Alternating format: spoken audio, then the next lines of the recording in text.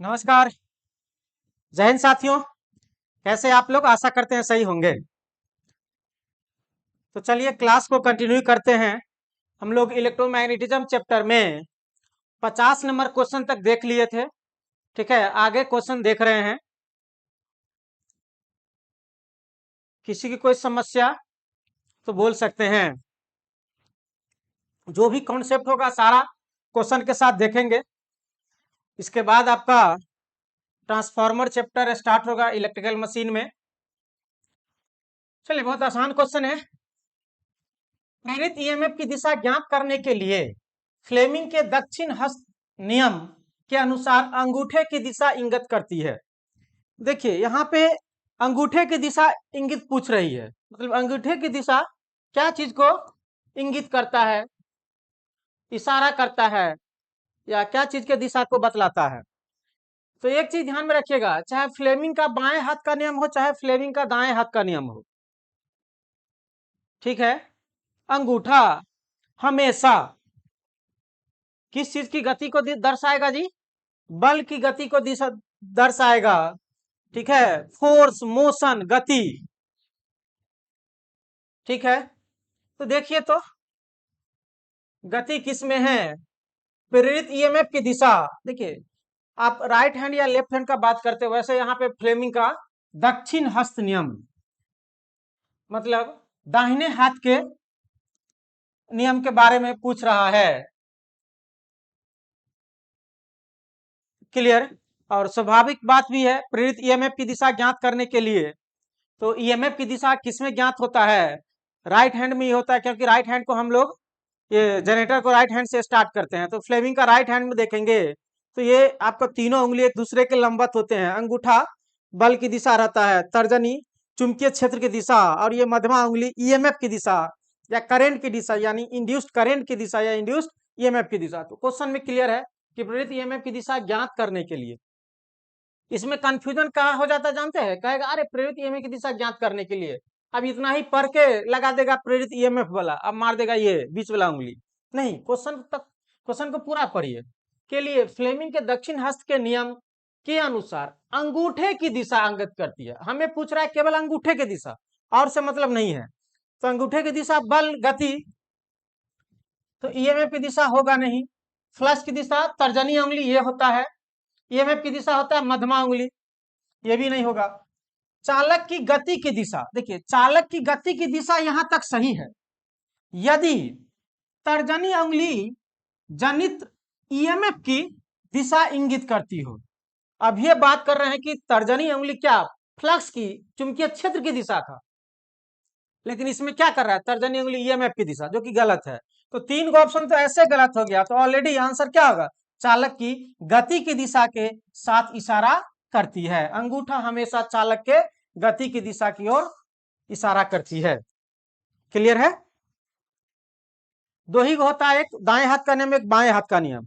ठीक है, फ्लेमिंग का तो दाएं हाथ याद रखने का तरीका, जनरेटर को दाहिने हाथ से स्टार्ट करते हैं तो जनरेटर फ्लेमिंग के दाएं हाथ का नियम, दक्षिण हस्त का नियम। और जनरेटर दाहिना हाथ लेके चला गया तो एक ही को बच गया इधर मोटर, और एक के हाथ बच गया बाएं हाथ, तो बाएं हाथ क्या लेगा जी? आपका मोटर। अगला क्वेश्चन देखते हैं। जब एक चालक में धारा बढ़ती है, देखो एक चालक है, कंडक्टर है, इसमें क्या कर रहा है ना, विद्युत धारा बढ़ रहा है। तो लेंज के नियम बताता है कि स्वप्रेरित वोल्ट का, स्वप्रेरित मतलब क्या हो जाएगा जी? सेल्फ। क्लियर? सेल्फ। लेंज का नियम, लेंज का नियम क्या क्या? देखो Faraday's law of electromagnetic induction बताए थे आपको पिछले क्लास में भी, दो गो नियम बताए थे फैराडे साहब ने। क्या बताए थे? कि किसी भी चालक में यदि, पहला नियम, किसी भी चालक में यदि फ्लक्स परिवर्तित होती है तो उस चालक में क्या होता है जी? ईएमएफ उत्पन्न होता है। और दूसरा नियम क्या कहा था? कि चालक में ईएमएफ जो उत्पन्न होता है वह चालक में फ्लक्स परिवर्तन के दर के समानुपाती होता है। तो फैराडे साहब इतना ही चीज बोल के छोड़ दिए, EMF directly proportional to d phi बटे में क्या जी? D t. यहाँ प्रोपोर्शनलिटी का चिन्ह हटा रहे थे तो एन आ गया था, डी फाइव बटे में डी टी। ये कहा था फैराडे साहब। लेकिन लेंज साहब क्या कहे थे? कि कहा कि जिसके कारण उत्पन्न होता है उसी को क्या करता है? या विरोध करता है। यानी इसको उत्पन्न कौन किया? उत्पन्न का क्या करता है? जब किसी भी चालक में फ्लक्स परिवर्तित कराते हैं, तो परिवर्तित जो कराया है उसके कारण से ईएमएफ उत्पन्न हुआ है। अब परिवर्तन को क्या करता है जी? विरोध करता है। कौन? लेंज नियम के अनुसार। तो लेंज साहब क्या कहे थे कि ईएमएफ जो होता है वह माइनस डी फाई बट्टे में डी टी। कहने का मतलब ये हुआ, ये उत्पन्न है और इसी उत्पन्न को क्या किया है? विरोध किया। ये ध्यान में रखना। तो लेंज साहब जो होगा, यानी विद्युत लेंज के अनुसार यदि धारा उत्पन्न धारा इधर जा रहा है तो कहेगा क्या? इसको कौन? लेंज के अनुसार फिर इसी को क्या करता है जी? विरोध करता है। इसके विपरीत दिशा में भी कुछ ना कुछ इंड्यूस्ड ईएमएफ उत्पन्न होता है और जो क्या होता है जी? विरोधाभास करता है। तो वही हमको खोजना है। तो लेंज के नियम बताता है कि प्रेरित स्वभेल्टता, प्रेरित स्वप्रेरित वोल्टता मतलब वोल्टेज। ऑप्शन ए कहता है धारा की मात्रा को बढ़ने की ओर प्रवृत्ति रखेगा। नहीं, लेंज का नियम बढ़ाता नहीं है, लेंज का नियम विरोध करता है, घटाएगा। जब एक चालक में धारा बढ़ती है, बढ़ रहा है मतलब परिवर्तन हो रहा है, तो लेंज क्या करेगा? उसको विरोध करेगा। ये ऑप्शन आपका होगा। बढ़ने वाली धारा को सहायता करेगा, फिर भी तो वही सहायता कर रहा है, ये होगा नहीं। बढ़ने वाली धारा के विपरीत धारा उत्पन्न करेगा। सी इज द राइट आंसर। जहां पर विपरीत आएगा वहीं पे लेंज का नियम होगा। सहायता नहीं करता, लेंज के नियम के अनुसार हमेशा जो उत्पन्न करता है उसको क्या करता है जी? विरोध करते हैं। आप यदि धारा बढ़ा रहे हैं तो लेंज के नियम के अनुसार क्या होगा जी? वह धारा को घटाएगा। ठीक है, तो राइट आंसर क्या हो जाएगा? सी। अगला क्वेश्चन है, धारावाही कुंडली में ऊर्जा निम्नलिखित रूप में संग्रहित होती है। देखो, धारावाही कुंडली जब किसी भी चालक से करंट पास करता है तो इसके चारों तरफ क्या उत्पन्न होता है जी? मैग्नेटिक फील्ड उत्पन्न हो जाता है। हम लोग राइट हैंड थंब रूल से निकालते हैं। एक चालक है, इस चालक में विद्युत धारा पास कर रहा है तो इसके चारों तरफ मैग्नेटिक फील्ड क्रिएट हो जाता है। और मैग्नेटिक फील्ड का डायरेक्शन निकालने के लिए इसे ही कॉर्क स्क्रू रूल कहते हैं, राइट हैंड थंब रूल बोलते हैं। विद्युत धारा की दिशा में अंगूठा को रखते हैं और चारों उंगली को क्या करते हैं जी? घुमाते हैं। तो चारों उंगली अंदर की ओर जा रहा है तो यहाँ पे क्या हो जाता है जी? क्रॉस। अंदर गया तो फिर बाहर भी निकल के आता है तो यहाँ क्या हो जाता है जी? डॉट। क्लियर है? तो वही कह रहा है कि धारावाही कुंडली में जो में ऊर्जा निम्नलिखित रूप में संग्रहित होती है। ये जो आपका ऊर्जा हुआ, कहा हुआ किस रूप में संग्रह होता है? तो स्वाभाविक बात है, जो मैग्नेटिक क्षेत्र उत्पन्न हुआ है तो क्या होगा जी? मैग्नेटिक फील्ड के रूप में ऊर्जा संचित होगा। यानी किसके रूप में जी? चुंबकीय क्षेत्र के रूप में। हाँ, विद्युतीय क्षेत्र किस में आ जाएगा जी? विद्युतीय क्षेत्र किस में संचित होता है? आपका कैपेसिटर में, संधारित्र में। संधारित्र, कैपेसिटर। और ये हो जाता है आपका धारावाही कुंडली। धारावाही कुंडली का मतलब इसको क्या समझेंगे जानते हैं? इंडक्टर। क्वाइल, क्वाइल एक इंडक्टर की तरह व्यवहार करता है, इसको इंडक्टर समझो। तो इंडक्टर में क्या जी? चुंबकीय क्षेत्र में, और विद्युतीय क्षेत्र किसमें जी? संधारित्र में। दाब ये अलग चीज हो गया, प्रेशर, परावैद्युत शक्ति ये भी आपका हो गया इलेक्ट्रोस्टैटिक से संबंधित। ये दोनों आपके मतलब का है नहीं, तो ये होता है एक विद्युतीय क्षेत्र और एक चुंबकीय क्षेत्र। इलेक्ट्रिकल में हम लोग दुइये को क्षेत्र पढ़ते हैं, विद्युतीय क्षेत्र को चुंबकीय क्षेत्र। क्लियर है? किसी कोई डाउट, समस्या? क्वेश्चन नंबर कितना था जी? 53।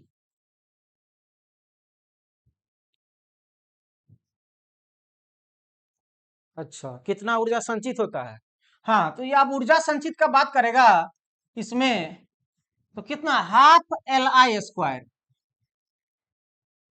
Half L I square. ये जो विद्युतीय क्षेत्र में ऊर्जा संचित होता है, कितना ऊर्जा संचित होता है? वह ऊर्जा half L I square. L is the inductor, I is the current. अगला क्वेश्चन, लोहे के क्रोड वाले सोलेनॉइड की आकर्षण शक्ति होती है। अब देखिए ऑप्शन के अनुसार, अब पूछ रहा है लोहे की सोलेनॉइड वाले, लोहे के सोलेनॉइड है। कहने का मतलब ये है कि एक जो है ना, ये आपका लोहा का कोर है।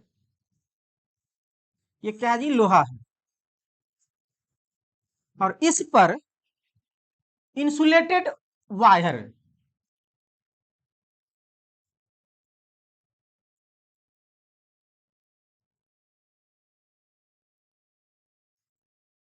ये आपका सोलेनॉइड हो गया एक, ये लोहा का सोलेनॉइड हो गया। दूसरा सोलेनॉइड का यदि हम चर्चा करते हैं, एयर कोर सोलेनॉइड हो गया, छोड़ दीजिए। तो डायरेक्ट कुछ नहीं, हवा में है, ऐसे केवल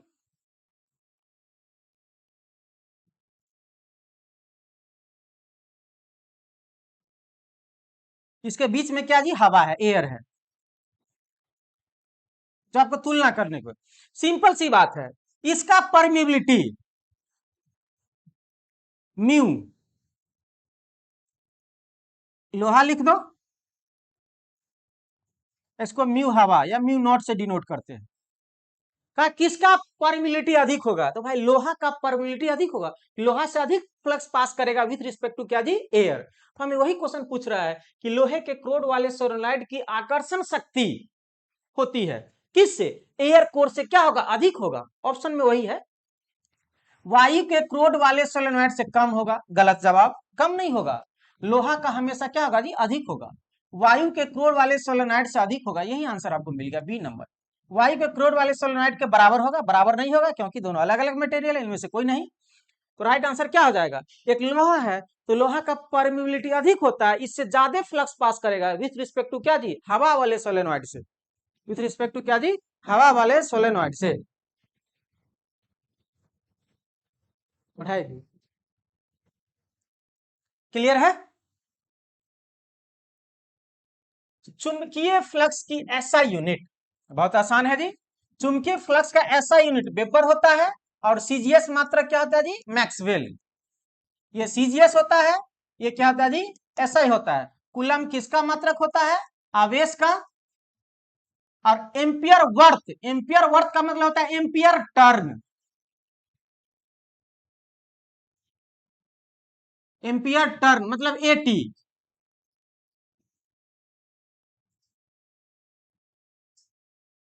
एम्पियर टर्न मतलब क्या जी, एटी। और ये किसका मात्रक होता है, M M F, M M F का मात्रक क्या होता है जी, एटी, मतलब एम्पियर टर्न, हिंदी में एम्पियर वर्थ। हमें पूछा है केवल चुंबकीय फ्लक्स की एसआई यूनिट, बहुत आसान क्वेश्चन है। एसआई हो जाता है वेबर, और सीजीएस हो जाता है क्या जी, मैक्सवेल। अगला क्वेश्चन, यदि एक लौह दंड को एक सर्वत्रसम चुंबकीय क्षेत्र, तो इसको ध्यान में रखना, सर्वत्रसम मतलब एक समान,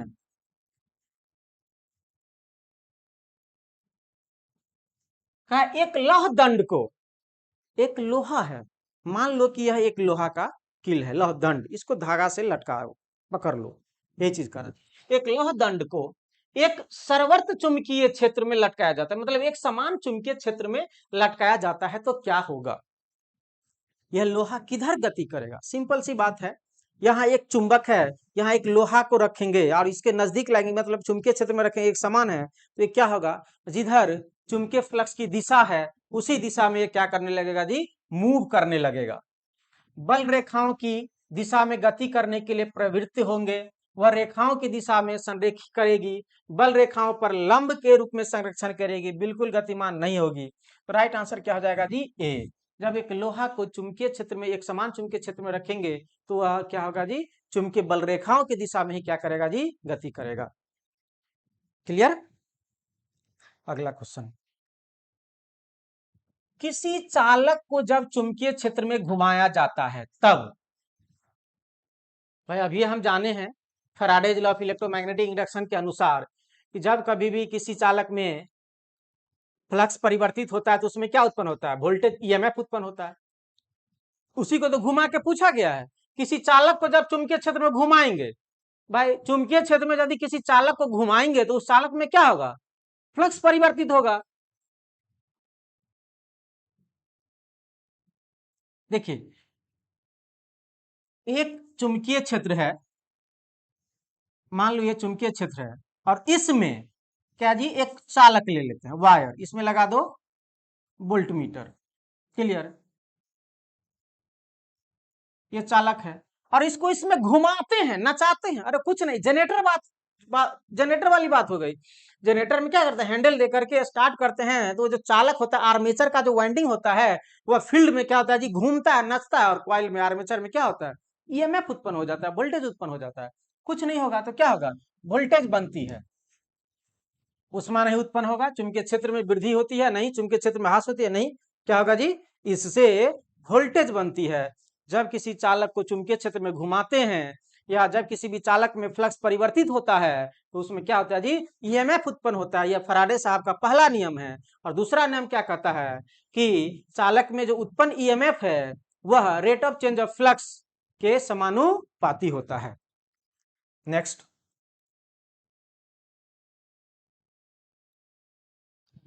विद्युत चुंबक में चुंबक की सामर्थ्य परिवर्तित की जा सकती है। देखो, विद्युत चुंबक का मतलब है इलेक्ट्रोमैग्नेट। क्या जी, इलेक्ट्रोमैग्नेट। इलेक्ट्रोमैग्नेट ट्रांसफार्मर में हो, एक सोलेनोइड भी एक प्रकार का इलेक्ट्रोमैग्नेट है।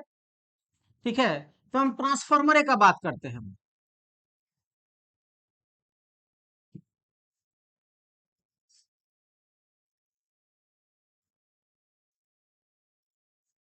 ये आपका एक ट्रांसफार्मर है। अब हम क्या कर रहे हैं, इलेक्ट्रोमैग्नेट बना रहे हैं। यानी इस पर जो हम वाइंडिंग कर दिए हैं, ये आपका क्या बन गया, इलेक्ट्रोमैग्नेट। यहां से करंट दे रहे हैं I1, इसमें क्या उत्पन्न होगा, फ्लक्स उत्पन्न होगा। सेकेंडरी वाइंडिंग भी आप दे सकते हैं।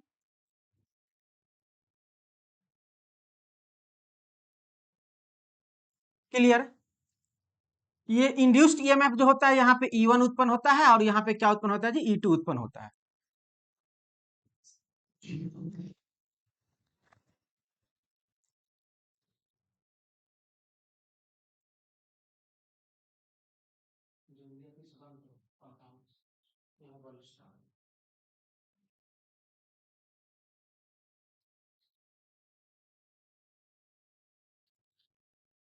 ठीक है, लाइट का थोड़ा सा प्रॉब्लम हुआ था।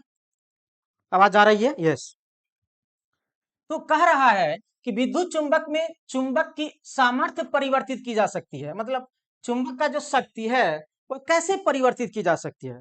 दूसरा तरीका यह है कि विद्युत धारा को घटाएंगे बढ़ाएंगे तो चुंबक का सामर्थ्य क्या होगा जी, घटेगा बढ़ेगा।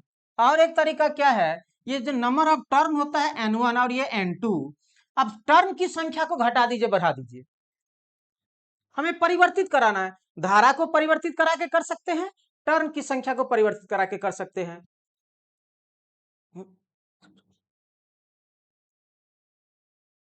क्लियर है। तो देखिए, तो केवल करंट में परिवर्तित करके नहीं, इससे कर सकते हैं लेकिन केवल इससे ही नहीं, केवल वाइंडिंग में परिवर्तित करा के नहीं, दोनों चीज होना चाहिए। या तो करंट में परिवर्तन द्वारा या वाइंडिंग में टर्न में परिवर्तन द्वारा। सी इज द राइट आंसर। कुछ नहीं जी, एक सोलेनॉइड ले लो, ठीक है, और ये जो सोलेनॉइड होता है, इस सोलेनॉइड का जो चुंबकीय क्षेत्र हमें परिवर्तित कराना यानी चुंबक का सामर्थ्य, वही हमें पूछ रहा है। तो देखिए, इस पे जो टर्न है, ये टर्न को चेंज करा करके भी हम लोग परिवर्तित करा सकते हैं। और धारा को कम बेसी, टर्न की संख्या बढ़ा देंगे, मोर फ्लक्स उत्पन्न होगा। ठीक है, टर्न की संख्या घटा देंगे, कम फ्लक्स उत्पन्न होगा, कम ईएमएफ भी उत्पन्न होगा। क्लियर। ये तो Faraday's law of electromagnetic induction से एन डी फाई बटे में डी टी, धारा को कम बेसी करा करके, क्योंकि आई फाई होता है, आई समानुपाती फाई, फ्लक्स परिवर्तित होगा। क्लियर। अगला क्वेश्चन,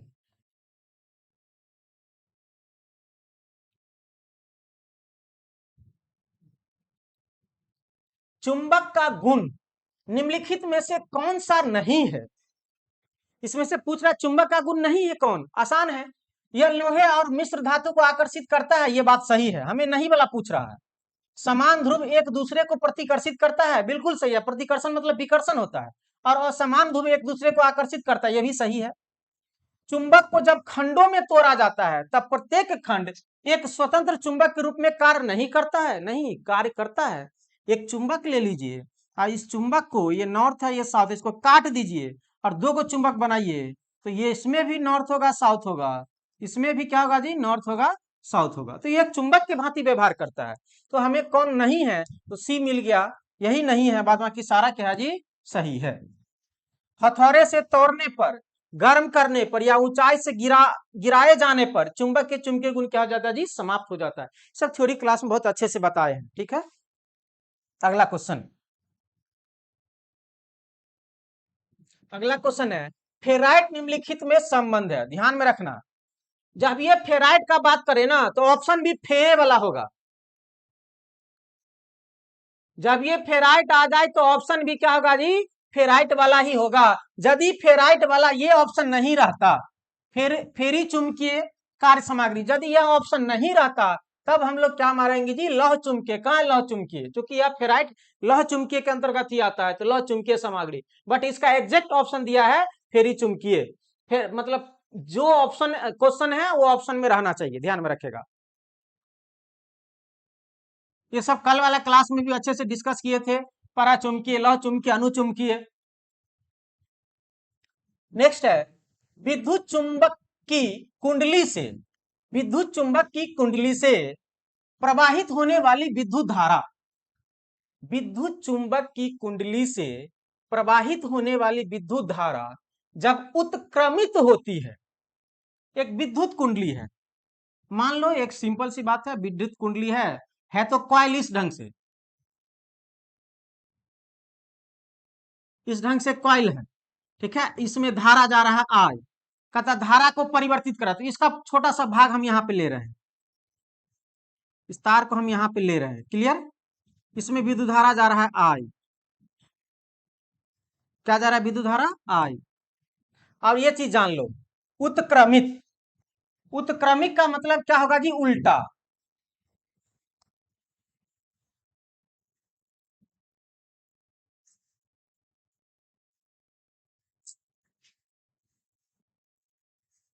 उल्टा, क्लियर। तो विद्युत चुंबक की कुंडली से प्रवाहित होने वाली विद्युत धारा जब उत्क्रमित होती है, धारा को उल्टा कर दे, पहले धारा ऐसे जा रहा है, तब क्या होगा, यहां पे क्रॉस होगा और यहां पे डॉट होगा। अब धारा को पलट दिया, अब धारा की दिशा को क्या किया जी, ये जो ऐसे था, अब इस धारा की दिशा को क्या किया, पलट दिया, अब ऐसे कर दिया। जब ऐसे कर दिया तो फिर थंब रूल लगाओ, तो थंब रूल लगाएंगे, अंगूठा नीचे की ओर, चार उंगली अंदर की ओर, तो इस बार यहाँ क्रॉस हो जाएगा, यहाँ डॉट हो जाएगा। तो क्या देखे, जब धारा की दिशा को बदल दिए तो चुंबकीय क्षेत्र की दिशा भी क्या हो गया, बदल गया, उत्क्रमित हो गया। खोजिए ऑप्शन। कहता है विद्युत क्षेत्र प्रसारित होता है, नहीं। विद्युतीय क्षेत्र की दिशा अपरिवर्तित रहता है, नहीं, परिवर्तित हो गया है। ये भी खत्म, ये भी खत्म। चुंबकीय क्षेत्र, अरे ये तो विद्युतीय क्षेत्र है, विद्युतीय क्षेत्र चुंबकीय क्षेत्र में होगा का है, वैसे ही गलत हो गया। चुंबकीय क्षेत्र की दिशा उत्क्रमित हो जाती है, यस, चुंबकीय क्षेत्र की दिशा भी क्या हो जाता है जी, उलट जाता है, उल्टा हो जाता है। Right answer C. चुंबकीय क्षेत्र ढह जाता है, नहीं, ढहता नहीं है।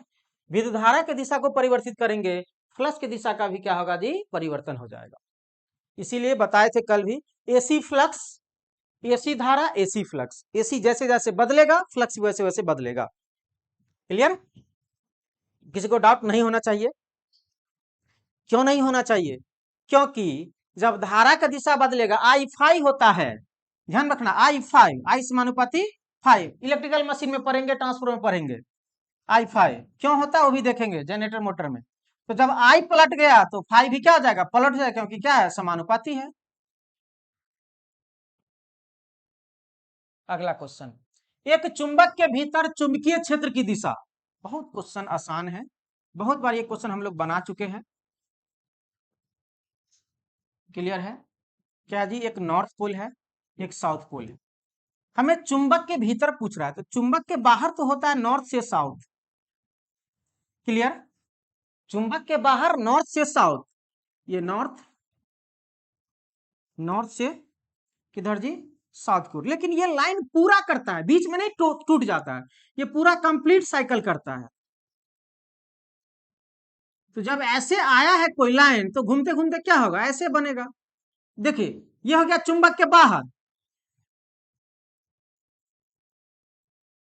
चुंबक के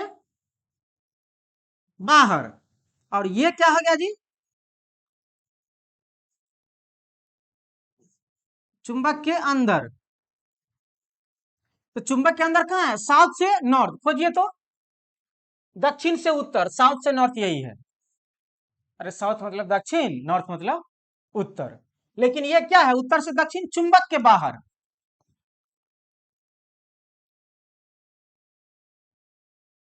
हाँ एक चीज और, जब क्वेश्चन में कुछ नहीं लिखा रहा है बाहर है कि अंदर है, तो अंडरस्टूड क्या समझना है, बाहर। ठीक, बाय डिफॉल्ट क्या होगा, बाहर। हाँ जब क्वेश्चन में क्लियर कर दिया बाहर या अंदर, तब तो आपको उसी हिसाब से देना है, लेकिन पता नहीं चल रहा है कि अंदर है कि बाहर है, तो राइट आंसर हम लोग मारते हैं बाय डिफॉल्ट क्या जी, बाहर वाला। अगला क्वेश्चन,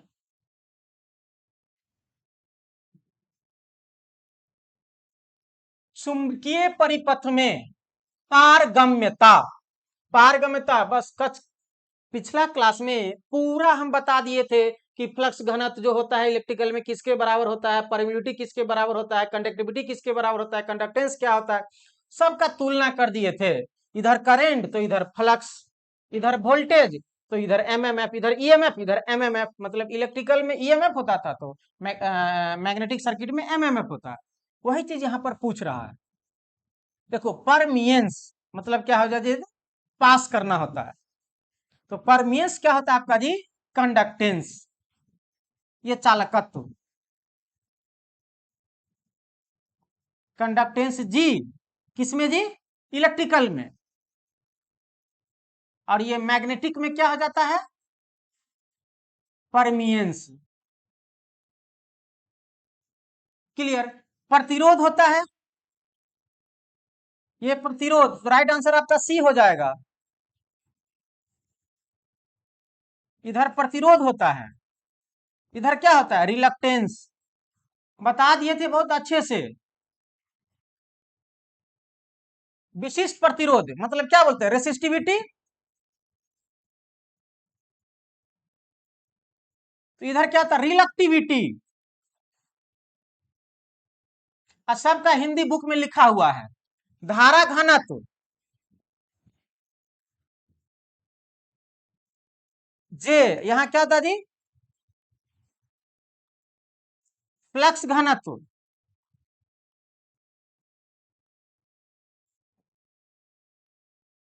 फ्लक्स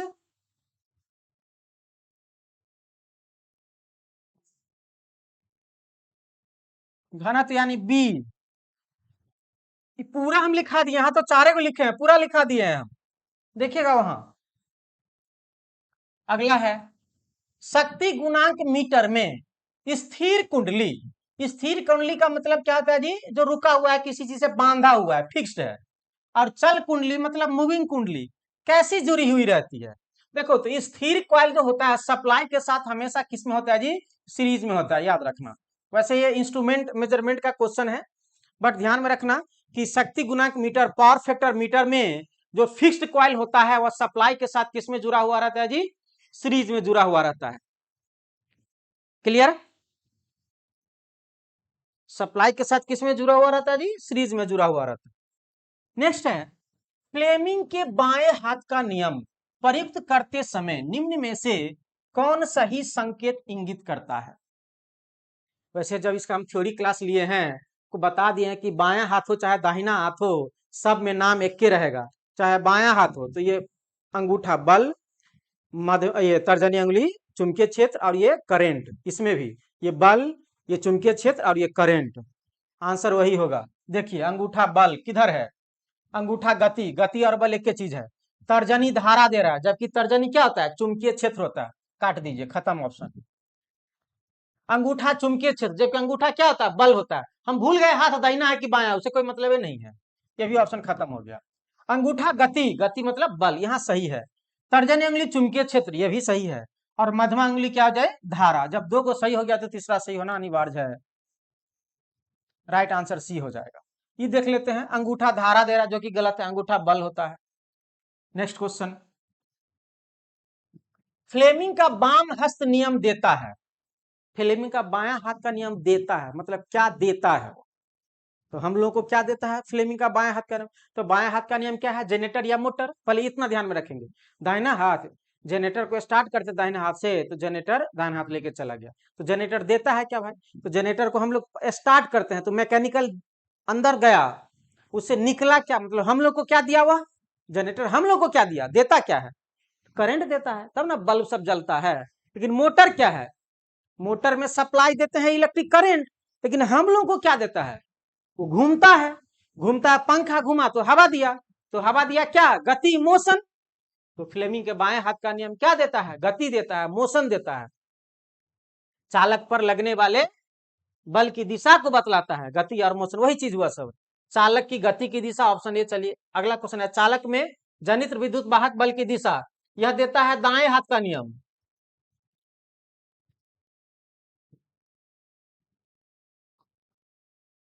या दायां हाथ, उत्पन्न चुंबकीय फ्लक्स की दिशा, ये कौन सा उंगली जी, तर्जनी उंगली।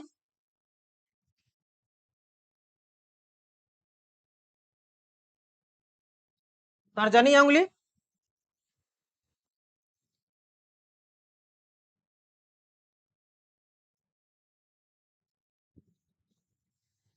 थोड़ा लाइट का प्रॉब्लम है,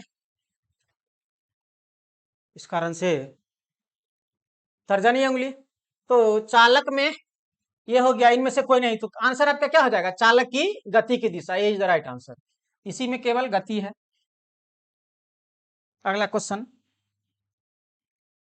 हिस्टेरेसिस चुंबकीय परिपथ में ऐसी परिघटना जिसके द्वारा, देखिए हिस्टेरेसिस का जो क्वेश्चन बनाना है ना, आसान तरीका से आपको बता रहे हैं, समझने में कोई दिक्कत नहीं है। नाम ही है हिस्टेरेसिस। हिस्टेरेसिस का मतलब होता है बीएच कर्व। नाम है पहले बी एच कर्व, बीएच आरेख। तो पहले बीएच बना दीजिए आप, एक्स अक्ष, वाई अक्ष। क्वेश्चन इसमें क्या क्या था वो पहले जान लीजिए, बहुत आसान हो जाएगा। अब देखिए इसमें यह क्वेश्चन आता है क्या, कि बताइए एक्स अक्ष पे बी होता है कि एक्स अक्ष पे एच होता है। तो याद रखने का तरीका, एच कहां होता है, H for horizontal. H for क्या जी, हॉरिजॉन्टल। क्षैतिज, तो क्षैतिज कौन होता है, एक्स अक्ष, तो इसमें हो जाएगा एच, इधर हो जाएगा माइनस एच। जब एक्स में एच दे दिए तो इसमें क्या हो जाएगा बी, इसमें हो जाएगा क्या माइनस बी। एक क्वेश्चन आपका क्लियर हो गया। अब इस क्वेश्चन का बात करते हैं हम। अब बीएच कर्व बना लीजिए, यही आपका बीएच कर्व होता है। ये आपको हम बहुत अच्छे से पढ़ाएंगे पूरा डिटेल में, 1 घंटा 1.5 घंटा का क्लास होगा इस केवल इसका। फिर अब बताने के बाद फाइनली इसी ट्रिक का उपयोग करेंगे, 1.5 घंटा आपको खत्म हो जाएगा। अब मात्र 2 मिनट का क्लास से जो 1.5 घंटा में पढ़े हैं वो सब सॉल्व हो जाएगा। तो वही 2 मिनट यहाँ समझ लीजिए, बीएच कर्व समझिए, आपका मैक्सिमम खत्म हो जाएगा। जो क्वेश्चन आता है, तो एक क्वेश्चन तो बना लिए, एक्स अक्ष में एच होता है और वाई अक्ष में क्या होता है जी, बी होता है। अब इसमें क्वेश्चन आता है, देखिए स्टार्ट किए थे कहाँ, जीरो से, ये ध्यान दीजिए। स्टार्ट किए थे जीरो से, यहाँ गए, कैसे कैसे ग्राफ चला था वो देखिए, फिर यहाँ पहुंचे थे, फिर ऐसे आए थे, जो हम बनाए थे आप देखिए, फिर यहाँ पहुंच के फिर ऐसे गए थे। ग्राफ कंप्लीट हुआ कहाँ, इस अक्ष से ग्राफ चालू हुआ, एक दूसरा क्वाड्रेंट, तीसरा क्वाड्रेंट और चौथा क्वाड्रेंट यहाँ आया। क्लियर। इसमें अब क्वेश्चन है कि बीएच कर्व में कौन आगे होता है कौन पीछे होता है। पश्चगामी मतलब पीछे, आपको हम एसी फंडामेंटल अग्रगामी पश्चगामी पढ़ा चुके हैं, पीछे। और अग्रगामी मतलब आगे होता है, तो ऑप्शन में अग्रगामी है ये नहीं है। सबसे दूसरी बात, बीएच समान है, बीएच समान नहीं है। देखिए इसमें कंप्लीट हुआ है, इसमें कंप्लीट हुआ है, तो इसमें कौन आगे कौन पीछे। तो यहां से चलते हैं, यहां से चलना स्टार्ट करेंगे तो बी रह गया पीछे, एच चला गया आगे। दूसरा ट्रिक कैसे याद रखेंगे, बीएच कर्व में कौन आगे कौन पीछे, ओ बी फॉर बिहाइंड, पीछे। बी फॉर बिहाइंड मतलब पीछे, एच फॉर हाई मतलब आगे, H for high, H I ji H, high मतलब आगे। ट्रिक याद रखना, एच फॉर हॉरिजेंटल, एक्स अक्ष क्षैतिज में, एच फॉर हाई, एच आगे, तो बी क्या पीछे। ऑप्शन खोजिए तो बी एच से पश्चगामी रह जाता है, बी सॉरी एच जो है बी से पश्चगामी रह जाता है, एच जो है बी से पश्चगामी रह जाता है, नहीं एच फॉर हाई है। बी एच से पश्चगामी रह जाता है, यस बी जो है पीछे रह जाता है, किससे, एच से, तो राइट आंसर क्या हो जाएगा जी, बी, खेला खत्म। और इसको 1.5 घंटा पढ़ाते कैसे कर्व इधर गया, सैचुरेट हुआ, फिर इधर आया, ये हुआ, तब ये लैग किया, नहीं किया। आसान स्टडी का ट्रिक, आपको उतना समझने की जरूरत नहीं है, बीटेक नहीं किए, एमटेक नहीं किए हैं, डायरेक्ट ये ध्यान में रखिए, क्वेश्चन बनेगा धराधर। उसके बाद फिर दूसरा ट्रिक आएंगे, कौन अस्थाई चुंबक, कौन अस्थाई चुंबक, बीएच कर्व के आधार पर। अभी बीएच कर्व पढ़ाना बाकी है, 1.5 घंटा में आपको कोई क्वेश्चन नहीं छूटेगा। फ्लेमिंग के दाएं हाथ के नियमानुसार अंगूठा, पहले बता दिए हैं, दाएं हाथ रहे बाएं हाथ रहे, अंगूठा हमेशा क्या जी, गति गति गति बल। देखिए तो कहा है, चुंबकीय फ्लक्स की दिशा खत्म कीजिए, क्षेत्र की दिशा खत्म कीजिए, धारा प्रवाह की दिशा खत्म कीजिए, चालक की दिशा, यस यहां चालक की दिशा मतलब तार घूमने की दिशा का बात कर रहा है, डी आंसर हो जाएगा। फ्लेमिंग के दाएं हाथ के नियम के अनुसार अंगूठा दर्शाता है, भाई अंगूठा क्या चीज को दर्शाता है, चालक की, चलने की दिशा, फ्लक्स की दिशा नहीं, क्षेत्र की दिशा नहीं, धारा प्रवाह की दिशा नहीं। हाँ, फ्लेमिंग का दायां हाथ क्या चीज का देता है, तो धारा प्रवाह की दिशा का बात होता, लेकिन यहाँ पर पूछ रहा है अंगूठा, अंगूठा दर्शाता है, तो क्या जी, चालक की गति की दिशा। इसमें ऑप्शन और रहता, चालक की, ऐड कर लो, गति की दिशा, गति की दिशा है ये है, इतना जोड़ लो बस, हो गया, एग्जैक्ट खोजेगा तो। अगला क्वेश्चन,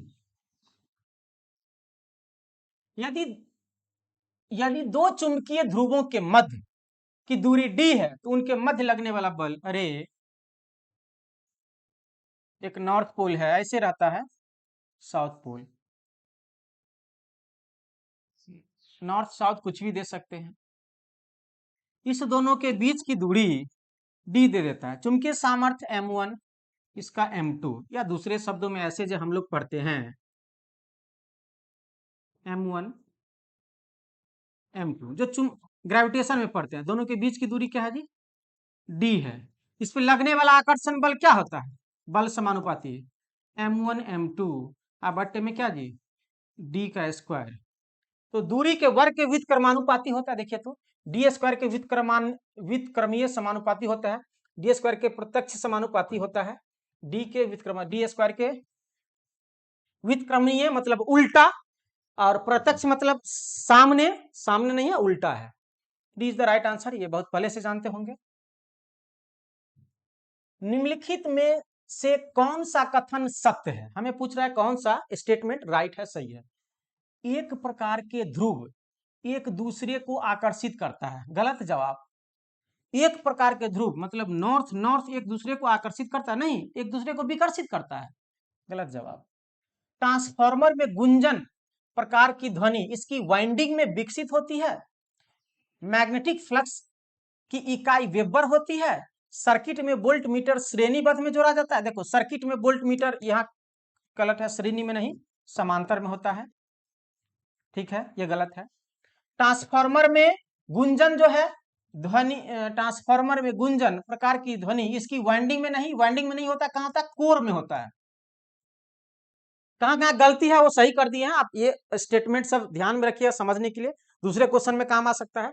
राइट आंसर क्या है, मैग्नेटिक फ्लक्स की इकाई क्या होता है, वेबर, अभी जस्ट पीछे पढ़े थे कि फ्लक्स का ऐसा मात्रा क्या होता है, वेबर होता है, सीजीएस मात्रा क्या होता है, मैक्सवेल।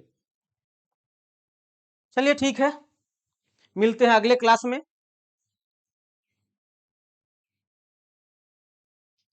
धन्यवाद। लाइट कट गया है और इन्वर्टर लोड नहीं ले रहा है और पसीना से हम परेशान हैं, ठीक है, किसी कोई समस्या है कमेंट कर देना जी।